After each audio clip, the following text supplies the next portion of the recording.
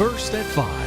From the University of Florida's College of Journalism and Communications, you're watching WUFT News.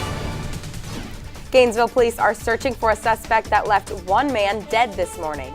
And a UF police investigation recommends dozens of third-degree felony charges against 9 suspended football players accused of credit card fraud.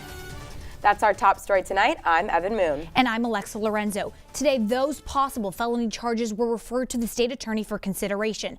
Football beat reporter Savannah Collins joins us from the newsroom with more details and reaction. Thanks, Alexa. To support the possible charges, UF police described out-of-state credit and debit cards being used to load money onto the students-athletes' UF bookstore prepaid accounts.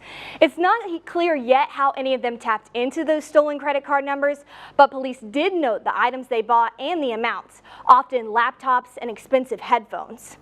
Here's a list of all the players referred for charges. Kadeem Telfort racked up the most possible counts because of the number of spending transactions. Jordan Smith has 5 and all the others just 2. But keep in mind, 2 counts could represent a $1,000 laptop and a couple $100 pair of headphones. Heading into his regular press conference today, head coach Jim McElwain didn't know about the possible charges being published right then by the county clerk of the court's office. Watch his reaction as he learns the police classified the crimes as felonies. The state has recommended felony charges for a couple of your players involved in the whole thing there. Do you have any updates on that in terms of players? Callaway, Scarlett, Jordan Smith. I haven't. They just filed it 30 minutes. Yeah. Oh, I've been over at the radio. Okay, sure. I didn't know if you had been kept in the loop with any of that. The state attorney's office will now review each case to decide exactly what charges to pursue. If anyone ends up convicted of a third-degree felony, those can be punished for no more than 5 years in prison, sometimes much less. But guilt for even a misdemeanor would likely mean fines and restitution, and perhaps years of probation. We'll have more on the developments later in sports.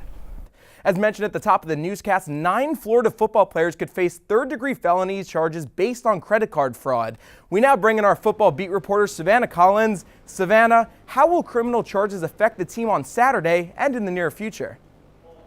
Well, Jake, the big names that stick out in this group are obviously star receiver Antonio Callaway and running back Jordan Scarlett. These were major hits to the offense because they were veteran playmakers with proven experience. Although it would be helpful for the O to have their explosiveness and playmaking ability, the team has already had to move on without them. Underclassmen like Malik Davis and Tyree Cleveland are stepping up, so things could continue on like they've been going the first 3 games of the season if they don't get those guys back. Certainly right about that with Scarlett and Callaway out. The Gators have done more than enough. Now, Jim McElwain also announced today that Luke Del Rio will start against Vanderbilt on Saturday. Why do you think McElwain decided to go with Del Rio, and what can we expect offensively?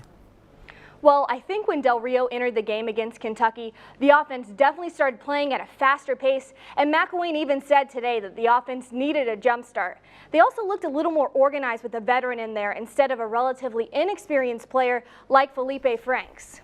Well, I know you got a busy day ahead of you, Savannah, so thank you so much for joining us. Always a pleasure, Jake.